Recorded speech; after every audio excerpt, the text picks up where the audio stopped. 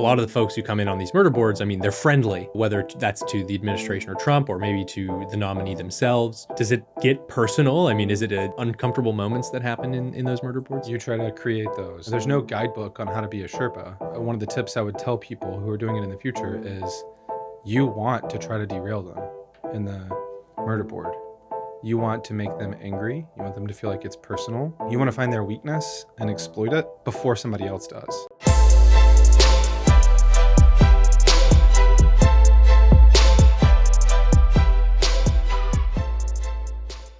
Thank you so much for tuning into the Signal Sitdown, but before we get to the interview, we'd love it if you'd hit that like and subscribe button on YouTube, Spotify, or wherever you may be joining us. And please remember to give us a 5-star review because we love your feedback. Remember, it's your government, and together we'll expose how it really works and how to affect real change. Without further ado, here's the interview. Clint Brown, welcome to the Signal Sitdown. Thanks for having me. It's good to be here. Of course, and it's good to have really, I mean, an insider's insider here in Washington, D.C. at the table. You are currently the president of American Path. But you have taken a very interesting path to where you are now. Yep. Tell our viewers who you are, where you came from.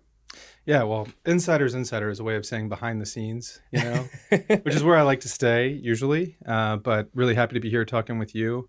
So I started out on the Hill, over a decade ago, working in the Senate, worked for Senator Sessions, worked on Budget Committee, got to work on some reconciliation stuff there, which is hot in the news now for several years. Then went to the Steering Committee, which is even more behind the scenes.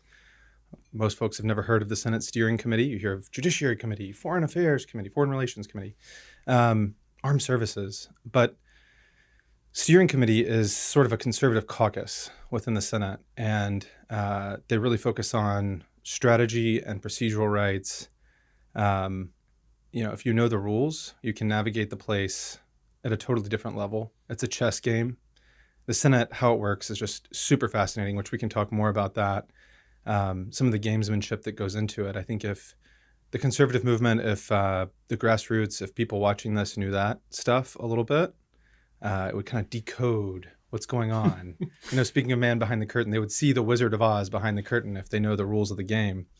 From there, I came to the Heritage Foundation, spent a couple of years at the Heritage Foundation as a vice president of government relations and strategic initiatives.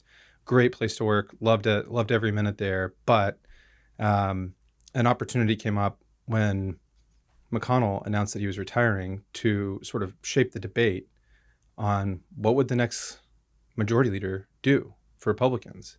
And it was actually critical timing because I knew Trump is going to win. And now, remember, this is like May of last year, before Trump was shot, before the Republican convention, before the election. But I knew Trump was going to win. And he needed a Congress that he can work with. The worst thing that could have happened is having a Senate that he couldn't work with, because everything that he can do on the executive side requires the Senate to confirm his people. And so we worked on that. I worked on that with some friends inside the Senate, outside the Senate, up until November, from May to November, behind the scenes, shaping the debate. And by the end of it, I think we had a pretty good result. I think that Thune is doing a good job of managing the Senate. It's a total 180 from how it's been. And the Senate has changed a lot over the years to where a lot of the procedural rights you'd expect of your senator, the things that they can do, like offer amendments, amend legislation that governs your life, they couldn't do. That's changed, which is great. From there, I went to work on the transition for what was Sherpa and Cash Patel. Sherpa just means you carry the load, up the mountain. You run the confirmation process for a nominee. And Cash was certainly one that people thought was impossible, but we got it done. He did a great job in the confirmation process. He is he's exceptionally talented at laying out a vision and sort of adjusting to to communicate it in a way that senators understand it. So people have this perception of him as this media figure that they know from, the podcasts he's done, that sort of thing. In his heart, the guy is a cop, which took me a little while to figure out because I'm used to working with like senators who are like politicians. But I can explain why, but he is a cop in his heart, so he's perfect for the FBI, and it was a lot of fun to work on that. And since then, I've returned back to American Path and continuing to work on the things that we're doing there. So your relationship with Cash Patel is super interesting. I wasn't fully aware of what you were up to until I saw in the New York Times a photo of you and Cash Patel leading an article about his confirmation fight. And I was like, oh my gosh, I think Clint is Sherpaing Cash Patel. Yes. Your relationship with Cash, I mean, did you know Cash before this process?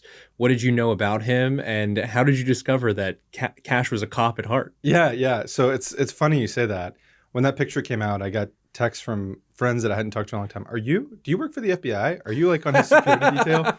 Are you a Fed? Yeah. So everybody thought I was a Fed. I was like, no, I'm still doing the political stuff that I've been doing. I did not know Cash at all. The transition, a friend of ours on the transition called me and said, hey, I really need somebody to run Cash Patel's nomination. Can you do it? We're just stretched totally thin. Sure, I can think about it. When do you need to know? It was afternoon. I need to know tonight. Okay. Let me go figure this out and see if I can do it. So when you propose something like that, I mean, what are the stakes there? Like your own career goals and ambitions, you know, hey, this is looked at as like basically an impossible nomination. At the end of the day, he ends up carrying the vote, becomes FBI director by a margin of 51-49. I mean, it was a nail biter all the way through, yes, even when it got to the floor. So like when you're brought something like that, what are you going through? Where's your mind leaping to? Like, if I fail on this, am I going to be shut out, or, you know, what are your fears or concerns? Yeah, that's a fantastic question. Nobody's asked me that. And, you know, one of the reasons that I decided to do it, one, it sounded like fun, but two, I didn't want to go into the administration. It's just not a good time in my life for that. So I knew that I was going to continue doing what I'd been doing and that there was no real liability because I didn't need a job in the administration. I loved the administration. I wanted to help. This was my opportunity to help. So took it on happily and met Cash for the first time the day we had Senate meetings lined up. So this happens in the afternoon. They give you a nighttime deadline. You agree to it. How much time passes between you accepting this opportunity and meeting Cash when you had Senate meetings lined up? It was it's a blur, but a few days. A few days. Maybe a weekend. So in that process, how are they preparing you? How are they briefing you to go meet Cash? So on the transition, everything is moving so fast that it's all DIY if you're a Sherpa. There is infrastructure for the Sherpas, but it's not what you'd typically expect. You know, when you're working at that level with a principal at that level, you'd think you'd have like an army of 10 people. And a lot of people, even I assumed this, working in the Senate for 10 years, I assumed, oh, they've got tons of people. But it literally is just the Sherpa. And if you're lucky, you have a scheduler and a comms Sherpa, somebody to talk to the press and handle all that kind of thing. So just, you know, that's it. You got to build it from there. And there's a lot that goes on behind the scenes. Like I said, worked in the Senate for over a decade. I had no idea how brutal the confirmation process really is. I don't have any brilliant ideas for how to reform it because it is essential for a high trust position like FBI Director, Secretary of Defense. There is a vetting process that goes into that. They're not on the campaign trail like a politician where the people know who they are and everything is exposed through the adversarial process. But that does happen through the Senate confirmation process. And the need to move quickly in a transition with a ton of nominees really limits resources, stretches everybody thin. There are key deadlines that are different for every committee that you have to meet those deadlines or the confirmation hearing doesn't happen. Mm-hmm. So it is quite brutal. When I joke with people, and I'm going to throw my friend under the bus, when I was thinking about doing it, my friend was like, oh, it'll be 4 or 5 hours a day. And I knew that was not true. Uh-huh. I was like, okay, maybe I'll add 3 to that. Maybe it's 8 to 9 hours a day, or 4 to that, 8 to 9 hours a day. Of course, it ended up being like 20 hours a day. Yeah. I didn't like sleep or see my family or anything like that, but it was a ton of fun. And at the end of it, I was saying I would never do this again. But now I'm like, I kind of want to do this again. This is fun. Especially when it ends up well, right? Yeah, exactly. And it's so you agree you have to do this DIY research. A few days later, you have meetings. Yes. On Capitol Hill. Yes. With Kash, your first time meeting him. Yes. So tell us about meeting Kash, and then what happens like inside these meetings. I know there's certain things that you don't want to say out of school, but you know, if you could let us be a little bit of a fly on the wall in the nature of the conversations there. You know, I remember there's like old episodes of The West Wing and stuff, which people know pop culturally, like about inside the confirmation process. And I think like some of the episodes were for like Supreme Court justices. Yes. It was like, oh, look at all these Republicans asking really rude questions to this, you know, in a closed door meeting with this new justice that they want to put on the bench. They're asking all sorts of rude questions about their opinions on Roe v. Wade and stuff like that. And it seemed silly. I don't actually think that that's how it works necessarily. Yeah. How does it actually work? You know, how it actually works, it's not terribly dissimilar from that, where there's all these closed door meetings. You have to have a strategy that's different for every nominee. Some nominees, like say, you know, Assistant Secretary of Defense for Special Operations and Low Intensity Conflict, they're probably going to meet with just the senators on committee and a few other key senators on other committees, and senators who they're worried might vote against them. So maybe 20 meetings. For someone like Cash Patel, for FBI Director, I think we did like 62 meetings. And how long are those meetings typically? They're usually 30 minutes to an hour, sometimes more. We had meetings that went a couple of hours. Mm-hmm. And you've got to have your pitch. You go into these meetings, it is a job interview. So for a job that pays government wages, brutal, puts you on the national stage. You're for an example on Kash, or for, you know, Pete Hegseth or whoever, you're the executive in charge of a multi-billion-dollar organization, thousands of people, if not millions of people, DOD, millions of people, FBI, 38,000 people. And you have to do 60 interviews or more to get that job. So you've got to go in with your pitch, just like a job interview. Mm-hmm. You've got to tell them what your vision is for the organization. You better know your stuff about the organization. And the crazy thing is, like, you don't work there, so you don't know what's going on. And at these organizations, everything is secret. Right. So you can give your vision of how it should work, but there's things you can't say that you know from being briefed behind the scenes. They know you know, they know, but you can't talk about it. Right? Because everybody has a security clearance and none of it's on a SCIF, a secure facility. Mm-hmm. So giving your vision, you have to really like speak in broad terms. And they ask a lot of specific questions. Some of them are brutally tough questions. Some of them are, hey, you know, man, I've known you for 5 years. I saw the work you did when you were in XYZ position, and the president has recommended you, and I'm going to defer to the president unless there's something really alarming. So don't worry about it. Let's just chat and hang out. Some of them aren't like that. Some of them are. My staff found that on January 31st, 2021, in an interview, you said ABC. Why did you say ABC? Senator, I don't even remember saying that.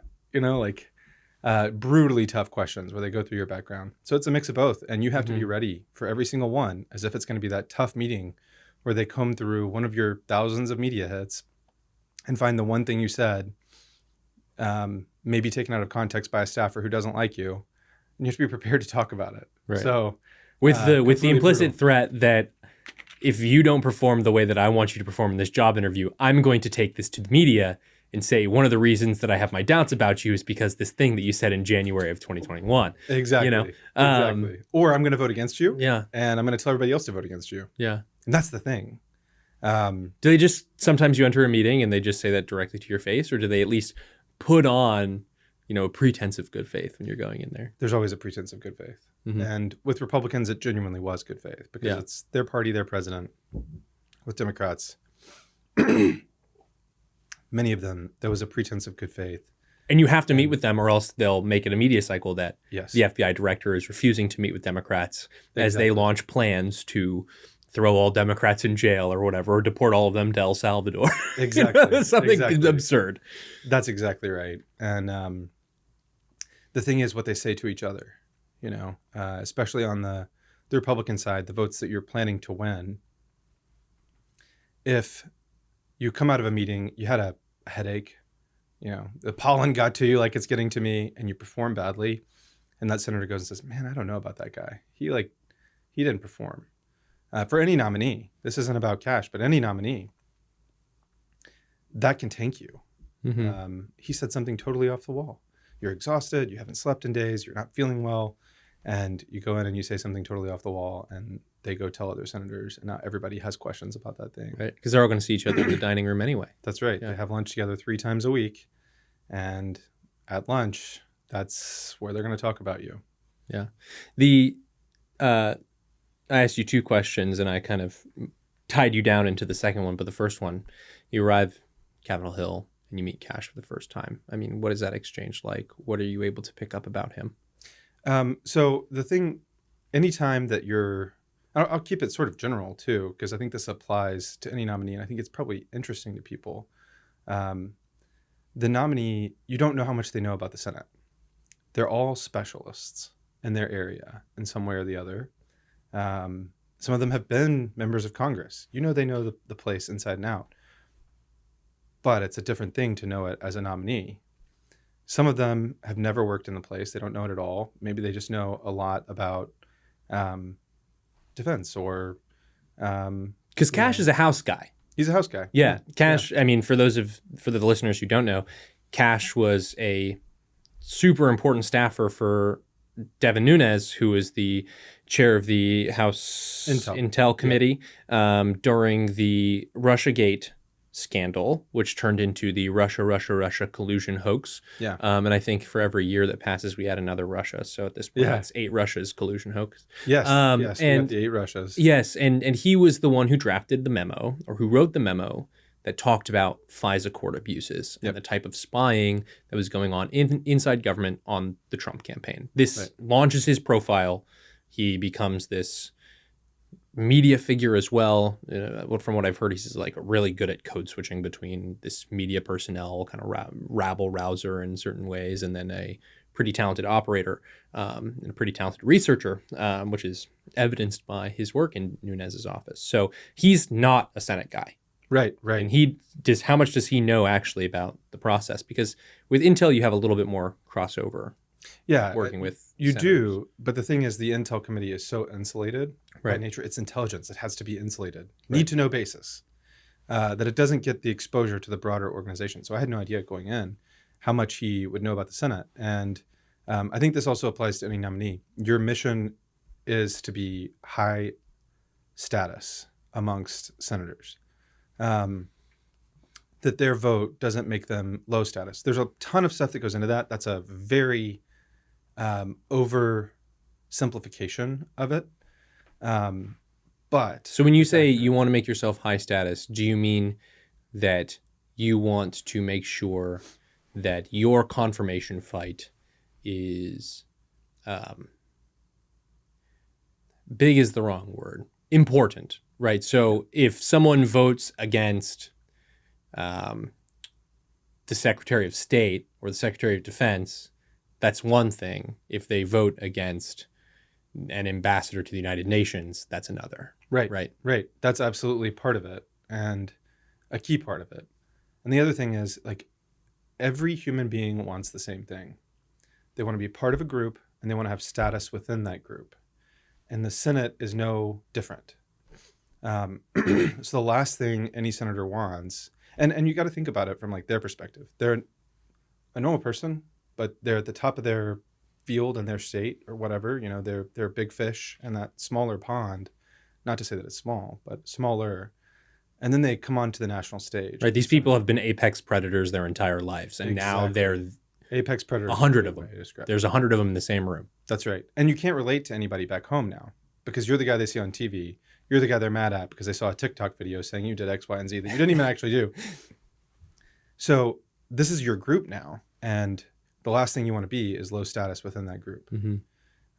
So as a nominee, you don't ever want your vote to be seen as voting for that guy as low status. Whether that's outside political forces. Oh, so you're saying it from the senator's perspective rather than the nominee's perspective. Both. Okay. It's both. So you did actually. I talked about the nominee perspective, but this is the senator's perspective. Yes, absolutely. And getting that perspective on the senators or for the senators does involve making it a big, important confirmation. Right? You want to be seen as somebody that they can, of course, tell their constituents they voted for and be proud of that because they're held accountable for everything that you do going forward. If you're a senator and you vote for a nominee, you think they're great, and then it turns out they get in there and they're a total crazy person, your voters are going to be like, why'd you vote for that guy? And the other side, the opposition, is going to run ads against you about what that person you voted for did. So it's risky for them politically. And you want to be somebody that makes them comfortable in that environment. You want to reassure them that like you take this seriously and you recognize that they are the ones held accountable for your actions. You have the job for, for the FBI director, it's up to 10 years. But for most nominees, it's 4 years, the president's term. And if you're in a first-term president, we're in a second term now, it could be up to 8 if the president wins re-election. They're the ones held accountable for what you do, not really you at the end of the day. So you have to recognize that and show them that, make them comfortable, show them that you take that seriously. And in doing that, it does make your vote a higher status vote, right? Like it's good to vote for this person. It's the cool thing to do. It doesn't lower their status within the group. And that goes back to they all talk to each other. So if you do anything or you say anything or have anything in your background, that when they talk to each other, they're going to be like, you're really voting for that guy? That's going to greatly damage your prospects of getting confirmed. And we saw this play out wrongly, I think, with Hegseth, that there was stuff in his background. We don't have to relitigate all of it. There was stuff in his background that they looked at and they were like, I don't know about that. And he had to demonstrate to them that, no, I'm not that guy. Voting for me is a high status vote. And he did successfully. He did a great job of doing that, actually. And frankly, he took a lot of the arrows for the other nominees. I'm sorry I keep interrupting you and derailing you because it's all so interesting. But Cash, we were talking about how much he actually knew about the Senate. You weren't quite sure how much he knew when you met him. I mean, how much did he know? As much as any nominee. And he knew a lot of senators, which was really helpful. That was a very diplomatic answer, but he does have a bevy of connections with these folks. Yes, he does. He invested the time in getting to know them, not even anticipating that he would get that position, but just getting to know them and being helpful to them and being out on the campaign trail with the president. He met several of them. So he knew more about the Senate, but no nominee really coming in unless they're a senator or they've worked in the Senate before understands the status game that you have to play. And it always takes people by surprise. So I think that's the one thing that we you could coach them up on. And they don't know the procedure. It's, okay, here's the timeline. Your vote happens after this. And it's all very arcane. Like, you got to file your Senate committee. We got to wait 30 hours here. We got to do that. Yep. Yeah. You have 28 days after this. So all of that kind of stuff that you wouldn't expect somebody to know. Of course, Cash didn't know it. A lot of it I didn't know. Some of it because it's all running clock stuff. All running and clock. Sometimes your effort is to run the clock out, and sometimes your effort needs to be to shift and extend, and in order to create that critical mass of support for your nominee. When you guys are workshopping this elevator pitch, you said earlier, you've been briefed and you've been given this kind of classified information, and so have the senators, and so that they know that but you can't talk about it. Right. So then, what is your elevator pitch? I mean, what pitch did you develop with Cash over those weeks as you were talking to senators? I have to give him all the credit. He actually had the best pitch. which made my life so much easier. And he'd been thinking about it for a long time because, like you said, he wrote the memo on FISA. A lot of people don't know FISA is essentially housed within the FBI. It's the FBI that initiates a FISA warrant when there is a warrant, or a FISA investigation or using FISA tools against a suspect. So he had been working on this for years. And his pitch was, he said it in the hearing, so I have no problem saying it here. Two things. One, we are going to let good cops be cops. We're going to refocus the FBI on going after bad guys. And two, we are going to have radical transparency at the FBI where we give everything to Congress. And that's a really hard one to do because it takes time to get these documents out of the FBI and put it all together and package it, review it. There's a lot that goes into that. That was a big promise. And the FBI under Director Wray did not do that. Every senator, virtually every senator that we met with, and they said it publicly too, complained about how they would send an information request to the FBI and they would get back nothing. Not even a, hey, thanks for your email. We're looking into it. Nothing. They would get no response. The FBI should be accountable to Congress, and they have an oversight function where they need to know what's going on in the FBI. Because like I said earlier, they're accountable for it. No response. So Kash made the pitch. Everything you want to know, we're going to give it to you. Unredacted, except for in limited national security, sources and informants type stuff, right? Ongoing investigation, which that's something people hide behind, ongoing investigation. And his intent was absolutely not to hide behind that. He made this pitch. They loved it because it's radical transparency. Everybody has a crime problem in their state. Doesn't matter what state you're in. Crime has gone up over the last decade, and especially the last 4 years under the Biden administration. And there are unique problems in every single state that the FBI is basically well-positioned to solve if it's run correctly. And that it needs to take a new approach on a lot of these things, like tribal crimes. On tribal lands, the cartels are coming in on tribal lands. The triads from China are coming in on tribal lands and running operations out of there because there's so much less law enforcement. This was actually a huge problem, and you heard it in the hearing. If folks go back and watch, or if they've watched it in real time, this came up a lot. It's where the cartel is using these reservations to bounce around the country and traffic drugs. This is a problem the FBI can solve. Yeah, and it's these internal meetings. It was a pitch that he also talked about in the hearing. Yes. But these internal meetings, I mean, is there different emphasis on the pitch internally? Is there, how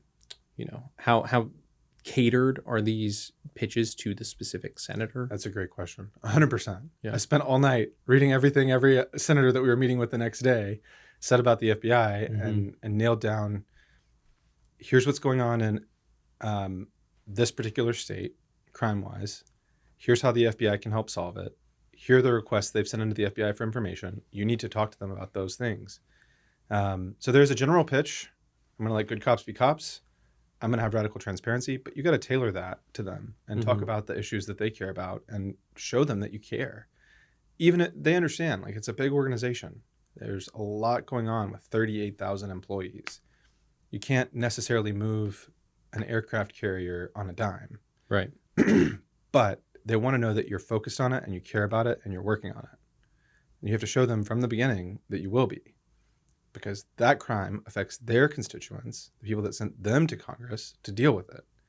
And if you don't act on their behalf to deal with it, they have to answer to their constituents about it. Nobody wants to hear about one of their constituents getting killed by an illegal alien or whatever. Right. Except for Senator Van Hollen, apparently. Yeah. The other, there's always interesting parts of news that come out with murder boards. Oh, yes. What is a murder board? Have you sat in on a murder board? This is always very interesting to me that, like, somehow details of the murder board get leaked. And most of the time when I see murder board leaks, and take it from someone who's been in this industry for quite a long time, this happens a lot in the sports world in particular. So let's say Shohei Ohtani wants to be traded from the Dodgers tomorrow. Well, it isn't necessarily someone close to Shohei Ohtani or someone in the Dodgers organization that leaks to ESPN that Shohei Ohtani is looking for a trade. Sometimes it's a friend and ally of Shohei Ohtani that goes to the press and says, Shohei Ohtani, like the Dodgers could trade him. He could be happy with the trade, especially if he went to, I don't know, the Yankees. He would be very interested in going and playing for the Yankees, right? So these are friendly leaks, right, that are meant to elevate the profile of a certain individual, or to, I guess the word is manifest these days, to manifest some particular change. And so what I saw out of the Trump world murder board stories was a lot of very favorable coverage of these murder boards. Like I saw a story that like Hegseth was doing well in his murder boards, et cetera, et cetera, et cetera. So explain to reviewers what a murder board is and exactly what happens there. Well, with the FBI, murder board could have a lot of meanings. Yeah, right? So that's right. It's a term we throw around here in Washington that like we all understand what it means. It's a practice hearing. That's what a murder board is. You get people to volunteer to sit on a panel. You make it as realistic as possible. You have bright lights, microphones, and you practice. You don't want to walk into the hearing and that's the first time you're doing this. It's in a lot of ways, there's a lot of overlap with sports. So I really appreciate that analogy, that comparison. You were talking about running out the clock earlier, gaming the clock. Just like in sports, you want to have practice. So we had murder boards. It's the job of the Sherpa for any nominee to put those together. You try to find people who have been staffers on the committee, maybe senators on the committee, to come to the murder board and help them practice. And that's essentially how it works. Mm-hmm. You do it as many times as you can, given that you have meetings all day, prep to do every night, and a ton of calls and emails and that sort of thing to answer for the nominee, ton of paperwork. And it's an acting job too. I mean, these people who are coming in to participate in the murder boards. I mean, these presidential candidates do these for debates as well. Yes. Like they are really trying to be the most aggressive version of Adam Schiff as possible. Yes. And the good thing that they do stuff like that, because when you get into the hearing setting, what happens? Adam Schiff is calling on Cash Patel to apologize to the police officers in the room. Yeah. All those types of theatrical tricks that senators will try to play. You can kind of plan for that to a certain degree. Yeah. On these murder boards. Yes, absolutely. You want the participants in the murder board. I mean, I loved it when they acted like the senator. Like you said, it's an acting role. I loved it when they took on the role and they used the same tone of voice and they asked the questions the same way. You want the questions to be meaner, harder, more complicated than the questions they're going to ask in the actual hearing, so that when you get to the hearing, it feels easy. Is there some certain points where it's like, because a lot of the folks who come in on these murder boards, I mean, they're friendly, whether that's to the administration or Trump or maybe to the nominee themselves.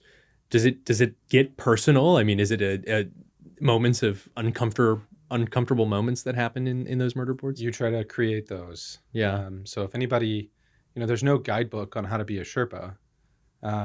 Maybe, one of the tips I would tell people who are doing it in the future is you want to try to derail them in the murder board. You want to make them angry. You want them to feel like it's personal so that they know how to keep their cool in the actual hearing. You want to find their weakness and exploit it before somebody else does, and help them learn how to control that. And everybody has them. Maybe it's maybe you pause too much under pressure and you stop and think and it takes too long. Actually, that may be a strength. Maybe you get angry if somebody says a particular thing. You want to find that and you want to throw it at them. And it's a little awkward because, like you said, you are friendly to these people, and everybody is a professional and understands that it's business and that you're trying to help. But still, it can be a little awkward. When you're the person asking the mean question, you feel a little bad because it's like, oh, that's my friend. I don't want to ask him this terrible, mean question. But if you don't, somebody else will, and it's going to be a lot worse. So I'd rather have my friend ask me the mean question than my opponent. Mm-hmm. And it ends up working out. Cash is confirmed 51-49. And it is the quickest confirmation process for the entirety of the cabinet, minus the UN ambassador, which is for other reasons, that we've seen in some time. Senator John Thune, now the majority leader, worked at a fairly rapid pace. So did Whip Barrasso. The entirety of the Senate really was understood, it seemed, the importance of getting Trump's team into place early on. Right. My first question for you is, what type of impact has that had in the first 100 days of the administration? A lot of people say this Trump 47 feels totally different than Trump 45. There are a lot of reasons for that. Things are more organized. The team trusts each other. After everything we've seen happen over the last several years, people understand the stakes. They tried to put him in jail. They tried to kill him. So people are moving like a machine, but you got to have those people in. I think it's had a huge impact that the Senate moved quickly, efficiently, got it done, did not let obstacles get in the way. I don't think we'd be seeing the administration functioning nearly as well if the Senate had not moved fast and unstoppably to get these people in. Yeah, and that takes us to the job that you had before you were on transition in Sherpaing. It was trying to influence the Senate leadership race, which saw Senator John Thune, of course, as I said, now the majority leader, Senator John Cornyn of Texas, and Senator Rick Scott of Florida battle it out to become Mitch McConnell's replacement. You mentioned previously that Mitch McConnell's Senate functioned a lot differently. So I guess we'll start there. How did Mitch McConnell's Senate function? And then into, how this debate or how this fight over who became the next majority leader changed the way in which the Senate focused on getting Trump's priorities and nominees through the process. One thing I will say for sure at the top, I want to make sure I say, is I think the Senate wanted to change.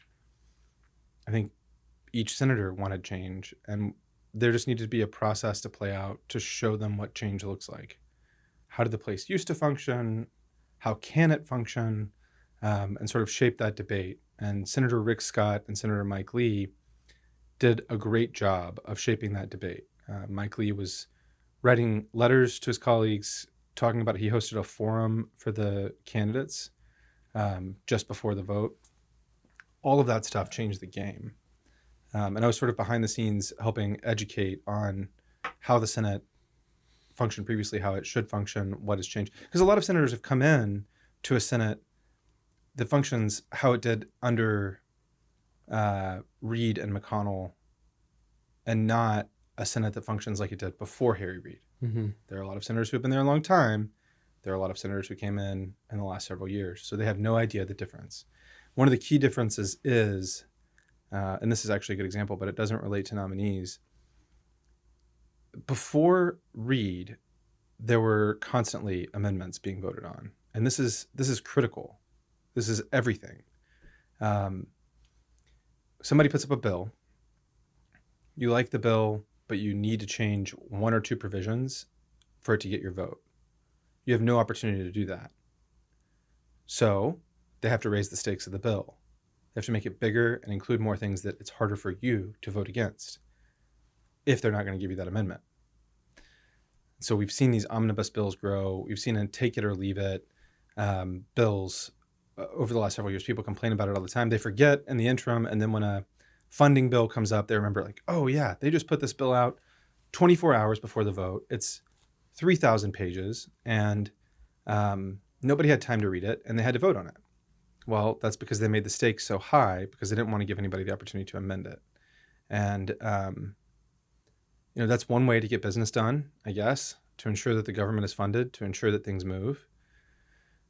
But a better way is to actually have debate and amendments, and there needs to be an orderly process for that. Otherwise, debate would just be freewheeling. People would just argue. Mm-hmm. The way you do it is you put down something on paper and you say, this is my offer. And then in a public sphere, somebody says, I like your offer, but I raise you this. Raising you this is the amendment. And so before Harry Reid, it was considered very taboo to block people from offering amendments, to block senators from offering amendments. This is something we just don't do. And Harry Reid started doing it. And McConnell was the chief critic of it. Then he turned around and doubled down, and he did it even more than Harry Reid. And this sort of just changed the entire nature of the Senate. And it comes down to this, and this is the one takeaway that applies to everything. It's seeing fellow senators as equal. And they are voted in the same way that the majority leader is voted in. And they represent a state just like the majority leader does, and their voice is equal. That is how the Senate is supposed to operate.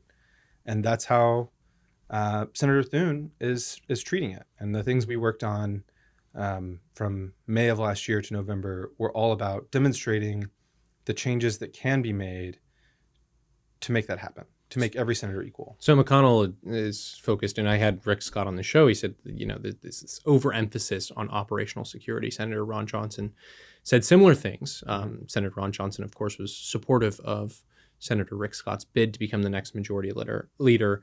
That McConnell was so focused on operational security, and so he really clamped down on senators' rights. Yes. And that was something that the conference eventually got sick of, particularly in those last few months before McConnell announced that he was going to be stepping down as majority leader. Yeah. This was especially true with the $100 billion supplemental package that eventually made its way into law, where McConnell was really aggressive with the need to fund Ukraine, was not supporting the new speaker, Speaker Mike Johnson, in any sort of negotiations he'd have with the president and with Hakeem Jeffries and with Chuck Schumer. Yeah.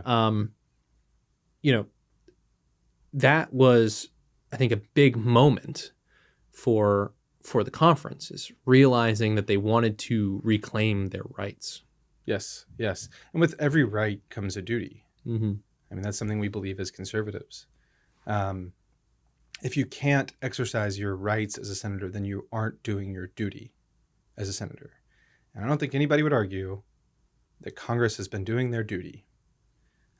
So changing the way senators are viewed as equals, able to exercise their rights equally, allows them to fulfill their duty. Mm-hmm. And that's exactly what you were getting at with, they moved quickly on these nominees. They got it done because they were able to exercise their rights and fulfill their duty at the same time. Yeah, and we started off, so McConnell's rebuffed by the conference repeatedly over the course of this supplemental spending fight, more money to Ukraine, more money to Ukraine, more money to Ukraine. And these senators sit around thinking, like, our constituents hate this, actually. Mm-hmm. And they hate it, especially when you're trying to use, a few $1 billion to China and a few $1 billion to Israel to jam $60 billion worth of Ukraine funding down their throats. So they're just tired of it. And then, of course, McConnell has a series of health episodes, which are very sad to see. Yeah. Because I don't think anyone imagined that Congress would be an old folks' home. Yeah. Shouldn't be. I actually want to have Helen Andrews on the show to talk about that in particular. Yeah, that's a great idea. So last time I tried to interview her, I literally called her and she was in the hospital. She's like, I'm about to give birth. And I was like, I didn't realize that you were due that soon. Anyway, I digress.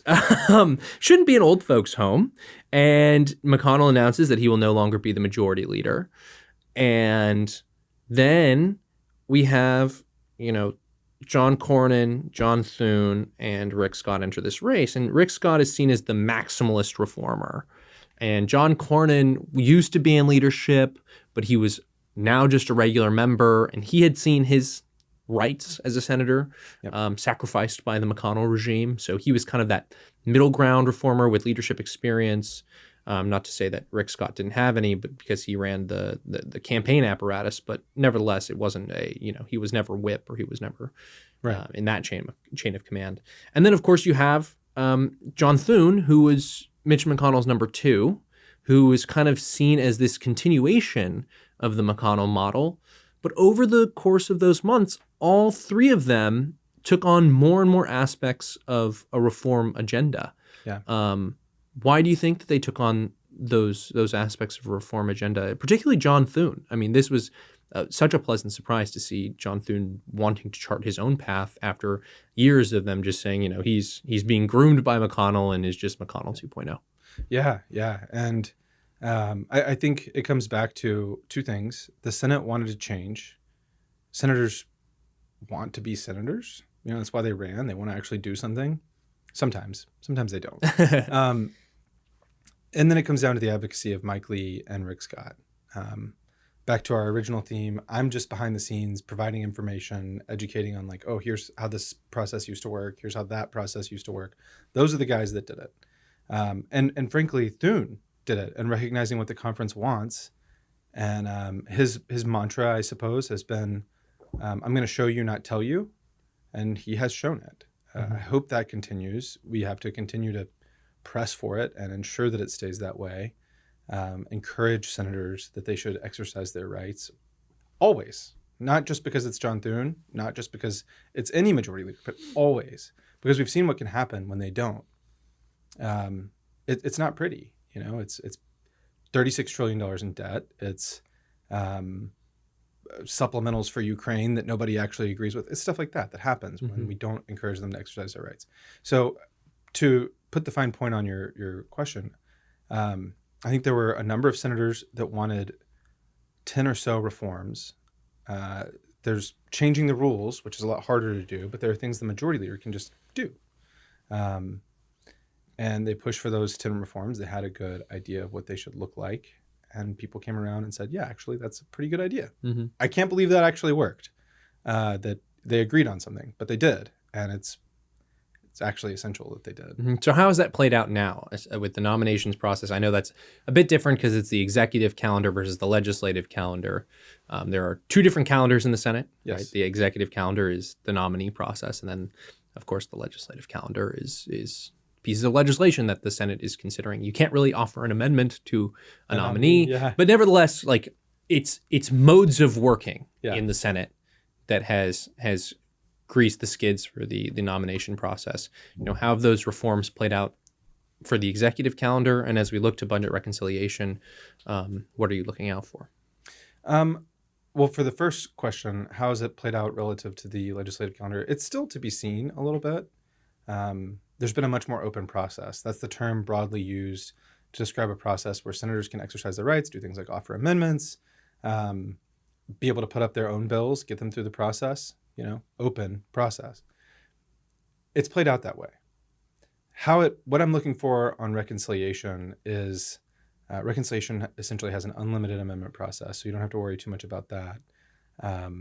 But is the input of any given senator included in the bill?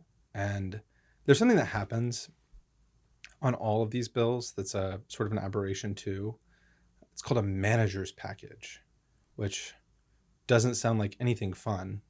The person managing the bill will, at the end of a considering a bill, offer one big amendment to replace the whole thing. In the meantime, they've been voting on several amendments. These amendments, some of them get adopted into the bill. If the manager's package comes in at the end and wipes out some of those amendments that have been adopted, then they're not actually exercising their rights. They're not letting the body work its will and figure out what they agree on. That's what they do in the amendment process. They figure out what they can agree on. This is essentially what keeps us from fighting in the streets, because we have representatives that figure out what we all agree on and they do that thing instead of just disagreeing all the time. If the manager's package wipes out those agreements, then I would be very concerned. And in some cases, reconciliation is tricky because you can put in an amendment potentially that has implications for whether the bill is privileged, which means it can pass at 51 votes instead of 60. And this gets really into the weeds, and your viewers are probably bored to death by that. But it makes all the difference in the world. So in those cases, okay, if there's a credible reason that something needs to be wiped out for procedural stuff, there's an argument that it could tank the entire bill, I get it. But if it's just to keep somebody from offering that amendment, from putting that amendment into law, that's not really allowing senators to be equal. That's not really allowing the people they represent to have an equal voice to everyone else in the country.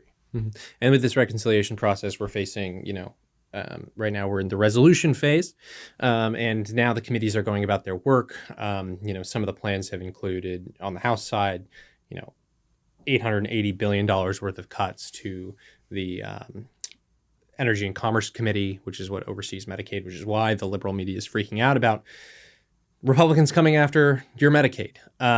There is other elements as well, with border security divided between two different committees. I think on the House side, it's $350 billion defense expenditure increase of $100 to $200 billion. I'm trying to remember these numbers off the top of my head. But then, for the House side, you have those types of cuts. In total, they need to be around this handshake agreement between conservatives and, House leadership. It's like $1.5 trillion worth in cuts for about $1.5 trillion to $2 trillion worth of additional tax cuts on top of continuing the TCJA tax cuts. Yeah. So in total, under the current policy baseline, you have $2 trillion worth of tax cuts, but the continuation of TCJA means you're getting a tax cut of $5 to $6 trillion, depending on where the money falls, for $1.5 trillion worth of cuts. Now, the big concern, of course, is on the Senate side. They have set a floor of $4 billion worth of cuts, and that there's in some ways participating in this large cut package. Then you have the additional element of rescissions, which we can get into after we address this, though. As we look at the budget reconciliation process right now, it seems like Thune is really going to be at some point stuck between a rock and a hard place, where he can continue delivering on these reforms, or he can say that this is the president's agenda, and someone's going to be kind of left holding the bag in conference to make sure that we get this thing across the line. Yeah. How do you think he can navigate that situation? Well, first of all, it's impressive that you can just run those numbers in your head. We've talked a lot about it on the show. Yeah, that's crazy. I wish I had that kind of calculator just looking in my head. Maybe I've outsourced it to my phone too much. So, the floor versus actually setting a threshold for cuts like they did in the House of, we want 1.5 trillion in cuts. Mm-hmm. There is a good argument that they need the procedural flexibility. People keep hearing about the Byrd rule, I'm sure. All the Byrd rule stuff happens in the Senate. That determines whether the bill can be voted on at 51 or, like everything else in the Senate, at 60. There's 53 Republicans, so they really need it set at 51. Otherwise, this bill not going anywhere. The Byrd rule restricts the kind of things that can be in that bill. Mm-hmm. And one of the things that it restricts is if you give a floor that, it's by committee, right? So let's say you tell the HELP committee, the Health, Education, Labor, and Pension Committee, to cut $100 billion. But they start going through programs that they can cut. They start finding money that they can cut. And there's this one thing in one state that's really important to that state, and that senator can't vote for it, suddenly can't meet the $100 billion threshold. The whole bill is dead, right? So there is a good argument that they needed to set that low, and they could have set it at a reasonable threshold. Say we think we can get at least 500 billion. Let's set it at 500 billion. But if you want to go bigger, if you want to go closer to $1 trillion, and you set it at 500 billion, now you've sent the message to the conference. Okay, guys, we have ambitions, but the only thing you really have to do is this, 500 billion. You can just write home, it's easy. Now you've set the expectations very low. If you make it laughably low, which I would argue this is laughably low, and I think that's the criticism from a lot of people, at $4 billion, everybody knows that's not real. Everybody knows it's for procedural reasons. So then there's no minimum threshold for your ambitions. If you say, you have a group of senators that say, we're not voting for this bill unless we get 800 billion in cuts, well, you got to take them seriously at that point. And there's no argument against them saying, well, we set the threshold at 500 billion and you voted for that. Because it's just baloney at this point. It's so ridiculous. Right. It makes the sky the limit. Mm-hmm. You can go as far as you want. And do you think that was a mistake? Have an easy out. Do you think that was a mistake on behalf of Senate leadership, or do you think that was intentional? No, I think that was intentional. I think it was a good move. Mm-hmm. It's their only option. If they set it at a number that gives them the flexibility that they need. Because remember, it has to be set committee by committee. We're talking about 500 billion in an example total, but that 500 billion is divided up committee by committee. You create massive liability for yourself if you can't reach the number in one particular committee. You've killed the whole bill. So set it low and on a committee by committee basis, and then you haven't set the expectation that this is our bare minimum. Because if you set the expectation this is our bare minimum in a tight voting environment where you have 53 senators, you need 51 to pass it, people are going to revert to the lowest common denominator. Let's just do the bare minimum that we have to do, and we'll come back next year and try again. And that's what we always hear. And so I appreciated the concerns of folks on the House side that, like, hey, we put in the work. We figured out how we can do $1.5 trillion, and the Senate is saying $4 billion, and I think they're going to roll us. And I appreciate their concerns. And I think their experience shows that that has happened before. But I don't see another option for the Senate at this point. Unless they can map out and get agreement on exactly everything that they're going to cut before they pass that bill. And there just simply isn't time for that. They need to move fast because we have, Congress is going to be less busy in DC next year because they're going to be on the campaign trail trying to keep the midterms, trying to win the midterms, keep both chambers of Congress. So they've really got this year to do it. They needed to move fast. They didn't have time to litigate it beforehand, pass the bill, figure it out, go. And frankly, a lot of things can happen in this year. A Supreme Court justice could retire, for example, which we can talk about. Yeah, let's talk about that quickly. That would derail everything. Yes, because so we talked about the executive calendar. A lot of the nominees have gone through at an impressive speed. Caroline Leavitt talks a lot about Trump's speed in the briefing room. Seems like the blitzkrieg has not slowed necessarily, but our enemies have kind of regrouped, and they are launching more concentrated and focused attacks on the activities of the administration. See the pressure that Pete Hegseth is under right now, for example. See the pressure that a lot of administration officials are coming under, whether that's Russ Vought at OMB with this rescissions package that they're working on, whether that's Secretary of State Marco Rubio with this redesign of the State Department, and Cash Patel even is facing some of this type of pressure and heat. Silly little, what is he doing with the company jet type of thing? Yeah. But nevertheless, like that is an indicator that the Democrats and the left-wing media apparatus and their nonprofit apparatus is reorganizing. I mean, look at the protests that we've seen in Washington, D.C. and elsewhere across the country, right? There wasn't a lot of that in the first 50 days because they were, I think, just so stunned at what had happened to them. And now they're starting to recover, which means that, the pressure's on, and the big question mark is going to be, the biggest thing that could happen with the executive calendar for the Senate in the next 18 months is a Supreme Court retirement from one of the older conservative judges on the bench, namely Clarence Thomas and Justice Samuel Alito. That throws a spanner into the works, no? Yeah, it would.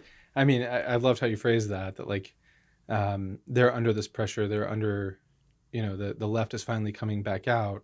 It would set them on their back foot if a Supreme Court justice retired and we had a confirmation process. But it would also kind of derail the legislative calendar. I love that you keep going back to these two calendars because a lot of people don't realize that there's two tracks in the Senate. There's two things happening. You can only do one of those things at a time. Only one, and only three things can happen on the Senate floor. Yep, exactly. Quorum call, a vote, and remind me of the last one, a speech. A speech. Those are the three. Yep. Those are the three. That's it. Those are the only. The Senate has three things. Yeah. So, if they don't move fast on reconciliation, a Supreme Court justice could retire and throw off the entire process where everybody's focused on that. And we're in that window. Nobody's talking about this. I'm surprised there's not like a watch on this, but when justices retire, it's usually between April and July, sometime in June, maybe. We're in that window. And, there's always speculation. There's always rumors going around every year. There's rumors going around that, Justice so-and-so is going to retire. But back to the point that we were both making about the midterms, if we don't, for some reason, keep the Senate in the next election, well, there goes the opportunity for Trump to appoint another Supreme Court justice and ensure that we can have strong conservatives on the court. So there's no doubt that the justices who have been on the court for a while are probably at least considering it. I mean, they have to. It's kind of their duty. And like, how long do you really want to put up with this? Mm-hmm. You know, at a certain point, you're like, I'm ready to go. I don't hear many rumors, and I hate to speculate on rumors, but I don't hear many rumors about Justice Thomas retiring. I do hear some about Justice Alito, just around town. It'll be interesting to see. And I think, it's going to be a tough spot for the president too, because of everything that's happening in the court, right? Like there are courts issuing nationwide injunctions against his agenda. This is one of the ways the left has regrouped. I mean, would you say it's even like one of their biggest rallying points? Mm-hmm. Yeah. And the Supreme Court hasn't done much to help. And Justice Alito and Justice Thomas have written some scathing dissents against it. Justice Thomas apparently went off yesterday. I mean, Justice Alito, sorry, went off yesterday about the pornographic books that are being pushed right near here in Montgomery County, Maryland, on school children. Mm-hmm. I mean, he really went off, which was awesome. But it puts pressure on these guys who are like the conservatives on the court when you have kind of a mixed record with some of these appointments in the past few years. Yeah. When you're talking about Kavanaugh, who's like, I mean, he hasn't been as, I don't remember a Kavanaugh decision that has met as large a rebuke as like Gorsuch's Bostock opinion, or Amy Coney Barrett's recent decisions, or where she's landed on some of these key votes. Does that put pressure on Alito and Thomas to stay, or does it say, okay, I have a window to leave, I can leave, and the president is facing pressure from, the inside the Beltway conservative movement to appoint a maximalist? How do you think they're reading this? Right. Yeah. If I were in their shoes, I would be thinking, if I'm leaving, I want assurances that the president is going to appoint someone in my mold. And of course, the president doesn't. There's no like conversation where the justice says this to the president and like some dramatic movie thing. It's the president's pick, and it's really influenced by a lot of people around him and the lists of people that they give him and who he's thinking about. But if I were them, I would certainly want someone in my mold, if I were in their position, to ensure that the court stays strong. And I think the conservative movement, frankly, you mentioned the conservative movement in the Beltway, I think, frankly, it's ready to hate whoever Trump picks, because they've been so disappointed by Barrett lately. And, Gorsuch has been fine, except for Bostock and a couple of other opinions. Kavanaugh's been fine, but nobody's wowed them like Alito and Thomas. They want Alito and Thomas. Right.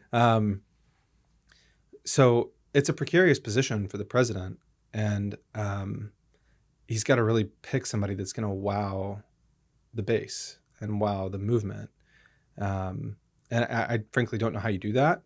And if I were Thomas, I would be thinking maybe I'll go in year 2, next year. I have no idea if he is. I don't want to speculate at all. I'm not inside his head. I don't have any information. But just strategically, the game theory of it, I would want to see some evidence that the president is going to pick someone in my mold if I were him. Mm-hmm. Because they've sacrificed a lot. I mean, it's very prestigious being a Supreme Court justice, but you get attacked and you really can't defend yourself. They've had protesters show up at their homes. They've had like senators, even Schumer notably, threatening them and talking about their ethics and making very minor things that are acceptable seem unacceptable. I mean, it's just brutal what they go through. And it's brutal because they can't defend themselves. I wouldn't want to put up with all that unless I knew that whoever's going to replace me is going to be great. Mm-hmm. And I sympathize with them on that. They've put in a lot, and they need to know that their legacy is going to be carried on, that the court is going to be strong, and do what they're supposed to do. SCOTUS Watch, we'll be on it.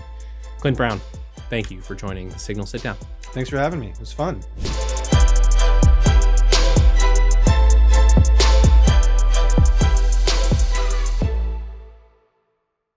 Thank you so much for tuning into the Signal Sit Down. Before you go, be sure to hit like and subscribe on YouTube, Spotify, or wherever you may be joining us. And please remember to give us a 5-star review. We not only love your feedback, but it really does help the show. Remember, it's your government, and together we'll expose how it really works. See you next time.